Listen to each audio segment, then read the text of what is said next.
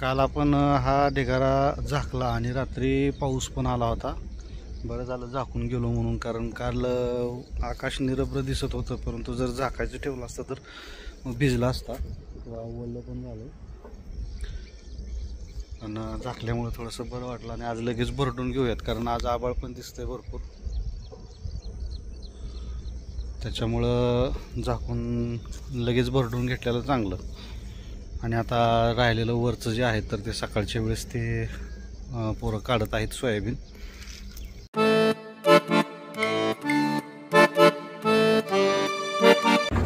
ही आहे आपली soybean भरडणी machine.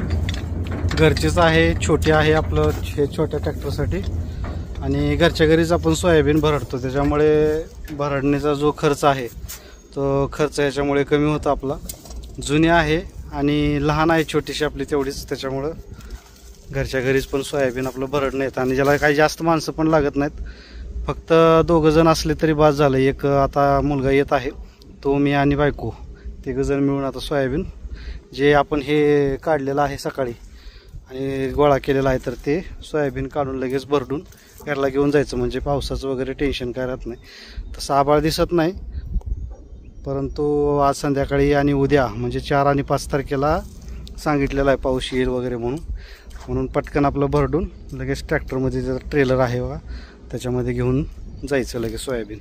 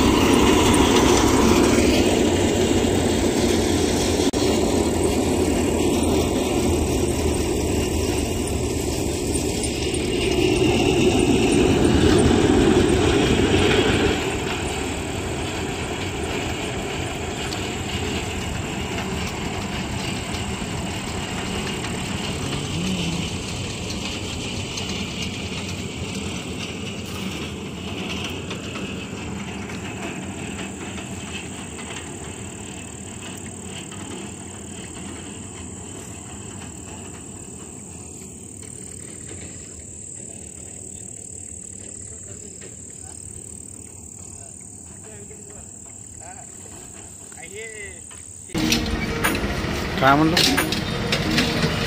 सध्याच्या घडीला शिवलिंग आप्पाची तर मिक्स कचोरी एकदम जबरदस्त आणि क्वालिटीची आहे. हे आहेत आमचे डोळे आप्पा. नवीन आहे का? नाही, फार जुने यांची. हा आपल्या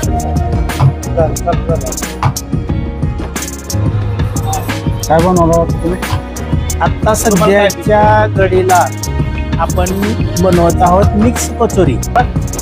हा 3 करा.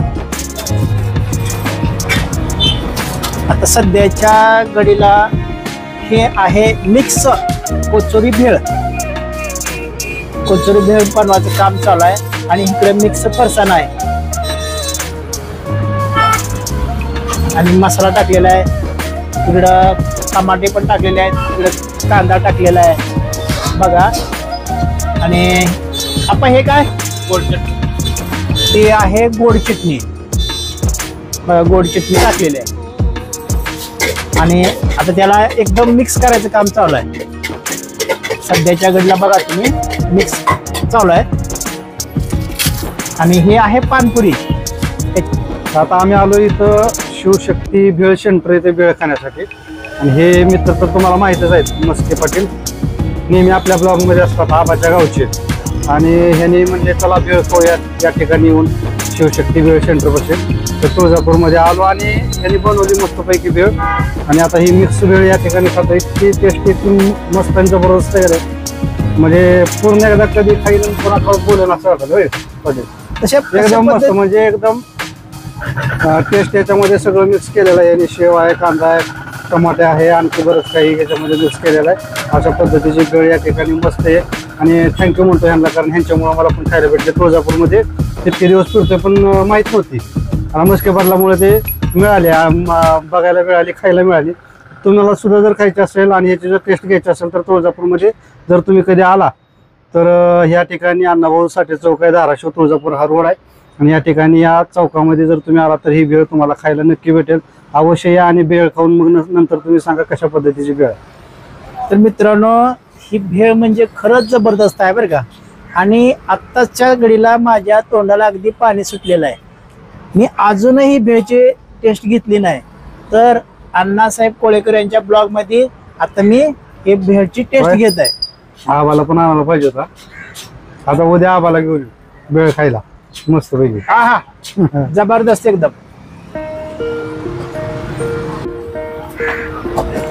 एक नंबर. कशा क्वालिटी? एक नंबर क्वालिटी आहे. त्यांची ओळख करून द्या की. हे आहेत आमचे सहकारी मित्र उमेश दळवी आणि हे बऱ्याच प्रमाणात म्हणजे बऱ्याचशा वेळेस माझ्यासोबत असतात. आणि आज तुळजापूरमध्ये यात्रा चालू असल्यामुळे आम्ही फिरायला लागल्यावर असं वाटलं की चला आज यांना आपण शिवलिंग अण्णाची भेळ खाऊ घालू.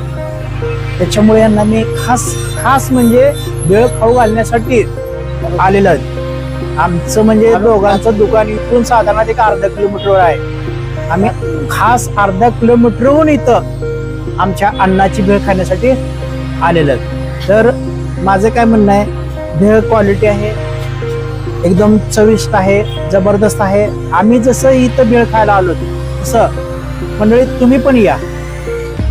तुम्हाला मी पत्ता तर मग सांगितलेला आहे. कचोरीची टेस्ट मस्त वाटली पाटील, त्याच्यामुळे आता तिखट भेळ खायची इच्छा झाली. चालता हो, घ्या की.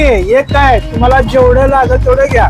हे असं समजा की हे आपलं दुकान आहे. शिवलिंग आप्पाचं दुकान म्हणजे आपलं दुकान आहे. नाही असू द्या, पण खायला लाजत नाही आपण. खायला लाजू नका. अजून एकदा मागून आणि भांडून घ्या. पुन्हा म्हणताल तुम्ही उगत नेलं ना.